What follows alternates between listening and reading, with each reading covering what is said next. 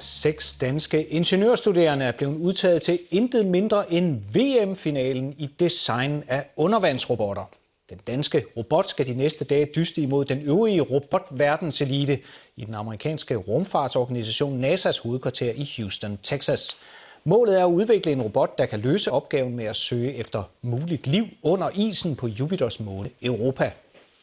Tidligere i dag talte jeg med en af de her 6 ingeniørstuderende, Thorfinn Jagt, som er ingeniørstuderende ved Aarhus Universitet og altså deltager i det her VM i undervandsrobot, og spurgte ham, hvad det var for krav, som hans holds robot skulle leve op til.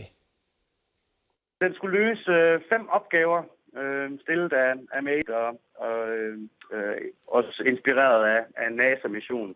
Jeg har nok hørt om, de vil op på Europa, Jupiters måne og finde liv deroppe. Og det var en af hvad skal man sige, deres scopes på missionen. Altså, NASA vil undersøge, om der kunne være liv under isen på Jupiters måne. Kan jeres robot klare det? Ja, altså det er jo en prototype på noget, som hvad skal man sige, kan lave de her opgaver, som simulerer blandt andet og tage billeder af, for eksempel hvis der kunne være korallignende liv eller den slags, og så tager vi simpelthen prøver og bringer det op. Men der er sådan en række opgaver, vi skal prøve at løse, og som vi har øvet os på derhjemmefra. Men lige frem og nå frem til finalen i VM i undervandsrobot, så må man jo kunne et eller andet. Hvad er det, jeres robot kan? Hvorfor tror du, at den netop er blevet udtaget til finalen? Jamen altså, vi skulle lave en kvalifikationsvideo, hvor den netop skulle udføre en opgave, eller en af opgaverne, inden for et kvarter. Og den klarede vi. Og det er jo sådan set basis for så at rykke videre. Men vi har lavet nogle features på vores robot, som gør det hvad skal man sige, nemmere at lave de her opgaver. Og som, tænker jeg har gjort, at vi er gået videre. Men selvom man er nået til finalen, så kan jeg jo næsten regne ud, at der er nogle konkurrenter, der også møder op med nogle robotter, de har gået og puslet med.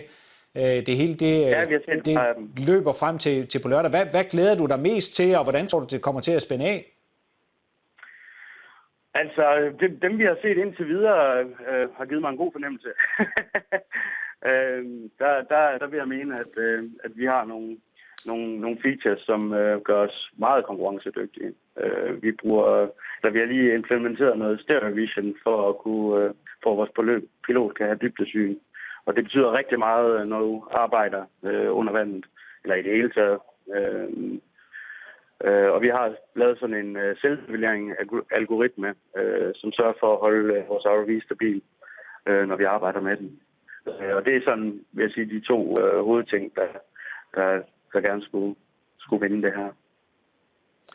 Det håber vi lykkes for jer. Tusind tak skal du have, Thorfinn Jagt, og pøj med det. Selv tak.